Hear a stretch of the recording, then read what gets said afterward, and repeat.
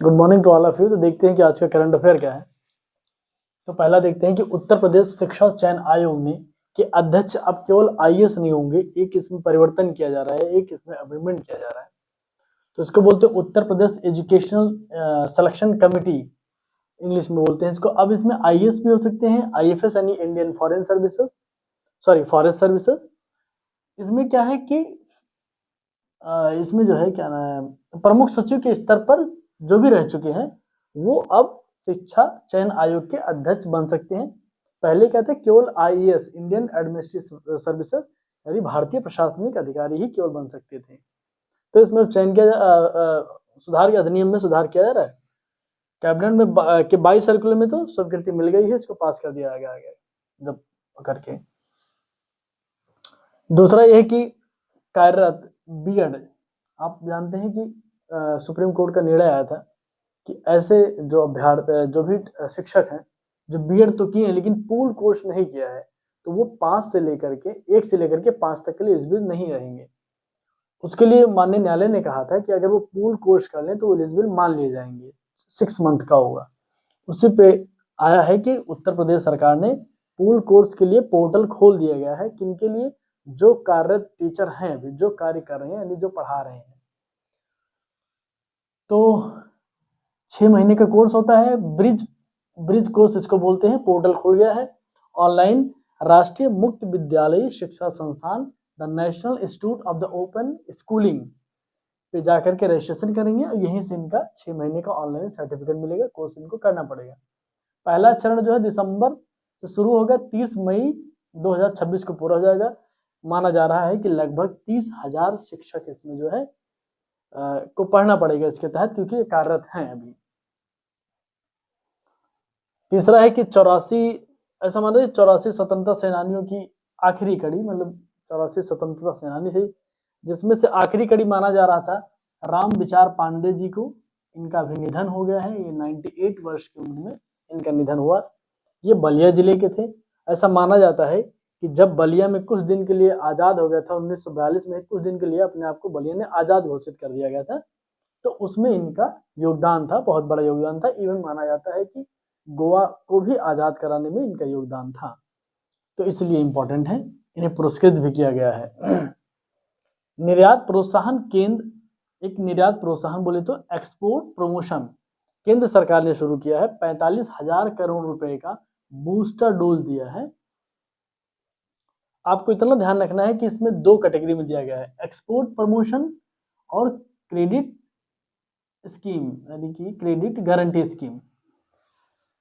तो 20,060 करोड़ रुपए दिए गए हैं एक्सपोर्ट प्रमोशन में, दिए जाएंगे कि एक्सपोर्ट का प्रमोशन हो, उसके प्रमोशन के लिए। और क्रेडिट गारंटी स्कीम में यानी कि जो लोग मतलब जो है भेजते हैं तो उसका क्रेडिट गारंटी स्कीम होता है, उसमें 20,000 करोड़ रुपए इसमें इन्वेस्ट होगा। 2 कैटेगरी में जाएगा ये पैसा सारा, 45,000 करोड़।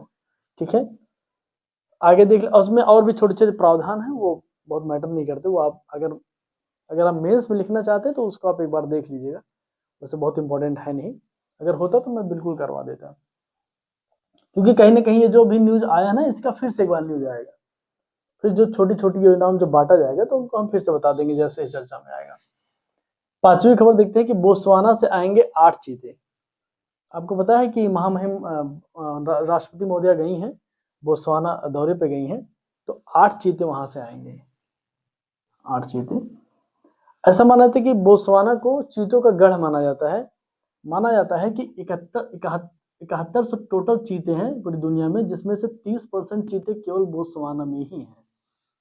तो वहां से 8 चीते वहां से लाए जाएंगे। आप जानते हैं प्रोजेक्ट चीता 17 सितंबर 2022 को शुरू किया गया था मोदी जी के द्वारा।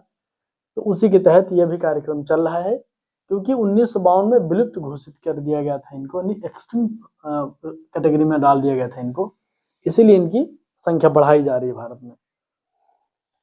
6ठी खबर देखते हैं कि ट्रम्प महोदय, ऐसा बताया जा रहा है कि वीजा को लेकर के थोड़ा नरम रुख अपना रहे हैं, H1B वीजा। तो इसमें कहा जा रहा है कि एक डेटा दिया है जो आप हम लोग के लिए इंपॉर्टेंट है कि 71% भारतीयों को, जितने भी वहां पे जो वीजा से विदेश जा रहे हैं उसमें 71% भारत के ही लोग हैं। 71% भारतीयों की भागीदारी है। यानी कि किसी देश में मान लो 100 लोग जा रहे हैं तो उसमें 71 तो भारत से ही चले जा रहे हैं अमेरिका में। एक दूसरे नंबर पे चाइना है जिसमें 12% है। एक और डेटा है, कहते हैं कि जो टोटल स्टूडेंट हैं पूरी दुनिया में से जो पढ़ने के लिए अमेरिका जाते हैं उसमें 27% अकेले भारत से जाते हैं। तो दो इंपॉर्टेंट डेटा है। कुल विद्यार्थियों की संख्या अमेरिका में जो बाहर पढ़ने वालों की है उसमें से 27% भारत के स्टूडेंट हैं, और टोटल जितने भी लोग प्रवास करके जाते हैं विदेश, यानी कि पूरी दुनिया में अमेरिका में जितने लोग विदेश में आते हैं अमेरिका में विदेशों से, तो उनमें 71% भारतीयों का हाथ है। तो ऐसा माना जाता है कि यदि ये रुख थोड़ा नरम अपना लेंगे तो भारत के लिए अच्छा रहेगा। दूसरा, ये उल्टी खोपड़ी के आदमी भी आप जानते हैं, कभी तो कह देंगे हम 500% टैक्स लगा देंगे, फिर चाइना के साथ बैठ करके।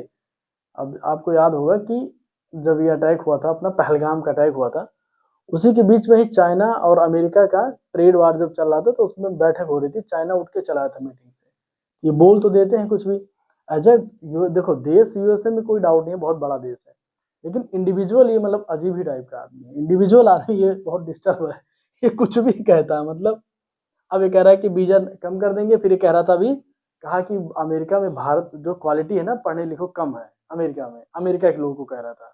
तो कह रहे थे इसीलिए हमें बाहर से लाना पड़ेगा। तो इसी को देखते हुए भारत से जो लोग आ रहे हैं उनको आने दिया जाएगा, या विदेश से जो लोग, क्योंकि भारत की ब्रेन ड्रेन तो भारत से हो ही रहा है। ऐसा मानता है कि भारत के लोग पढ़े लिखे ज़्यादा है और ज़्यादा टैलेंटेड है। तो वो कब क्या कहते कुछ पता नहीं है। खैर भारत के लिए अच्छा होगा कुल मिला के। तो 7वां देखते हैं, दृष्टिबाधित महिला विश्व कप T20 शुरू हो गया है। ये खबर कल का ही था लेकिन ये छूट गया था किसी कारण से, तो मैंने कहा इसको आज करा देते हैं। 12 नवंबर 2025 से न्यू दिल्ली में मॉडर्न स्कूल में शुरू किया गया है। तो women's world cup for the visually impaired, तो इसको इंग्लिश में कहते हैं। ये ध्यान रखिएगा, जब इसका फाइनल होगा तो हम बता देंगे किसने जीता है, इंपॉर्टेंट है इसीलिए करा दिया। 8वां देख लेते हैं कि COP30 कॉन्फ्रेंस ऑफ पार्टीज 30। ऐसा इसमें बताया गया है, एक इनकी एक विंग है, इसको कहते हैं जर्मन वॉच, जो रिपोर्ट जारी करते हैं, जिस रिपोर्ट का नाम है जलवायु जोखिम रिपोर्ट, यानी कि क्लाइमेट रिस्क इंडेक्स बोलते हैं इसको। 2026 में जारी किया। उसमें उन्होंने कहा कि 3 दशक के बीते 3 दशक में जो जलवायु आपदा के कारण जो है प्रभावित देशों में भारत 9वें स्थान पर है। फिर से मैं बता रहा हूँ कि पिछले 3 दशक में कह रहे हैं ये कि जो जलवायु आपदा के कारण, जैसे तूफान हो गया, लू हो गया, या अधिक वर्षा हो गया, ऐसे कारणों की वजह से भारत जो है इसमें 9वें स्थान पर है, प्रभावित हुआ जो सबसे ज्यादा। इन्होंने डेटा दिया कि 430 घटनाएं हुई हैं, उसमें से 80,000 लोग मारे गए हैं भारत से अकेले। तो ये अब डेटा याद रखिएगा, डेटा बहुत इंपॉर्टेंट नहीं है लेकिन इनका याद रखिएगा कि ये रैंक कौन सा भारत का 9वें स्थान पे आए हैं। और दूसरा ये है कि रिपोर्ट का नाम क्या है, जलवायु जोखिम सूचकांक 2026, जारी कौन करता है, जर्मन वॉच, यानी कि COP30 ये एक विंग है कॉन्फ्रेंस ऑफ पार्टी की, वो जारी करता है। 9वां देख लेते हैं, बहराइच जिले में कतरनिया घाट। पहली चीज तो ये जान लीजिए कतरनिया घाट कहाँ पे है, बहराइच जिले में है। कि जो है वन्य जीव प्रभाग, यहाँ पे कौन सी नदी है, गेरुआ नदी पर सुरखा पक्षी पाए गए हैं, देखे गए हैं, और कुछ और पक्षी देखे गए हैं अभी कल ही। क्यों, क्योंकि जैसे सर्दियाँ बढ़ती हैं तो वो पक्षी पलायन करके भारत में आ जाते हैं। तो मध्य प्रदेश में भी आते हैं और यहाँ बहराइच जिले के कतरनिया घाट वन्यजीव प्रभाग में आए हैं। इनका नाम है, गेरुआ नदी पर आए हैं सुरखा पक्षी, ये साइबेरियन पक्षी हैं। 10वीं खबर देख लेते हैं कि प्रधानमंत्री मुख्यमंत्रियों एक बिल आया था, तो उसमें ये कहा गया था कि ऐसे कोई प्रधानमंत्री हो या मुख्यमंत्री हो, अगर उनको 30 दिन की हिरासत में रखा जा रहा है तो एक प्रावधान ऐसा होना चाहिए कि उनको उनके पद से हटा दिया जाए। आपको याद होगा मुद्दा ये था कि जब अरविंद केजरीवाल जेल में थे और मुख्यमंत्री भी थे, तो उसी बीच का यह चर्चा था कि अब ऐसा कुछ किया जाए कि हटा दिया जाए। लोग कह रहे हैं इसका राजनीतिक इंटेंशन है, लेकिन बावजूद इसके वैसे अच्छा विधेयक है कि अगर कोई भी 30 दिन की हिरासत में है अगर लग रहा है कि एलिगेशंस हैं, जेन्युइन है, तो उनको हट जाना चाहिए, हटा दिया जाना चाहिए।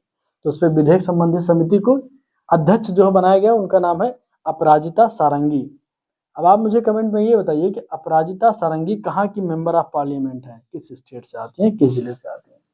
ठीक है, मेंबर ऑफ पार्लियामेंट एमपी अपराजिता सारंगी, क्योंकि इनको इस यानी कि इस विधेयक से संबंधित समिति का अध्यक्ष बनाया गया है।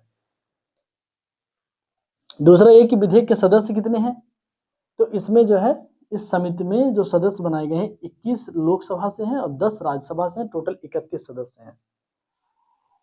देखते हैं एक और जो खबर आ रही, 130वां संशोधन विधेयक, संघ राज्य क्षेत्र शासन संशोधन विधेयक 2025 यानी the government of the union territories amendment bill और Jammu and Kashmir reorganisation bill, दोनों को संशोधन बिल दोनों को जो है पेश किया गया है और ज्वाइंट कमेटी को इसको भेज दिया गया है, संयुक्त समिति को भेज दिया गया है। इस पर चर्चा होगी बाद में, इस पे जो वो लोग ज्वाइंट कमेटी बैठेगी, फिर इस पे पूरा बनाएंगे, इस पे चर्चा करेंगे बाद में, और फिर आकर के संसद में चर्चा होगा, फिर ये पास होगा। अब पास होगा नहीं, ये बात की बात है, बट ये दोनों आ गए चर्चा में, तो आप ध्यान रखिए, हो सकता है कल को पास हो जाए तो हमको देखना ही पड़ेगा। तो एक बार यहाँ देख लेंगे, एक बार हम लोग और देख लेंगे, तो चीजें याद रहेंगी। 11वां देखते हैं कि भारत के वस्त्र की मात्रा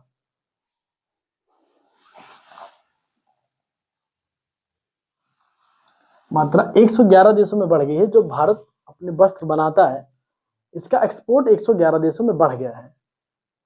तो ऐसा इसलिए इम्पोर्टेंट है क्योंकि आप देखें ना कि बहुत ज़्यादा टैक्स अमेरिका ने लगा दिया, तो ऐसा माना जा रहा था कि चीज़ें बिल्कुल रुक गई हैं, बिल्कुल खत्म हो जाने के कगार पे हैं।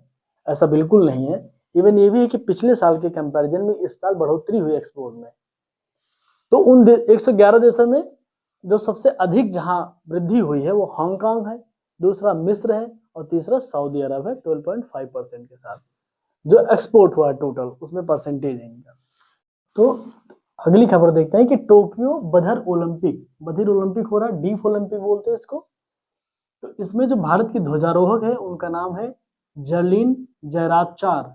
ये 3 बार की गोल्ड मेडल विजेता है, भारत की मदुरई तमिलनाडु से बिलोंग करती है। 15 नवंबर 2025 से शुरू हो जाएगा ओलंपिक। 111 सदस्यीय दल भारत के द्वारा भेजा गया है और 11 खेलों में भारत भाग लेगा। तो ये रही आज की खबर। मेरे चैनल को लाइक करिए, सब्सक्राइब करिए, शेयर करिए। बहुत बहुत धन्यवाद।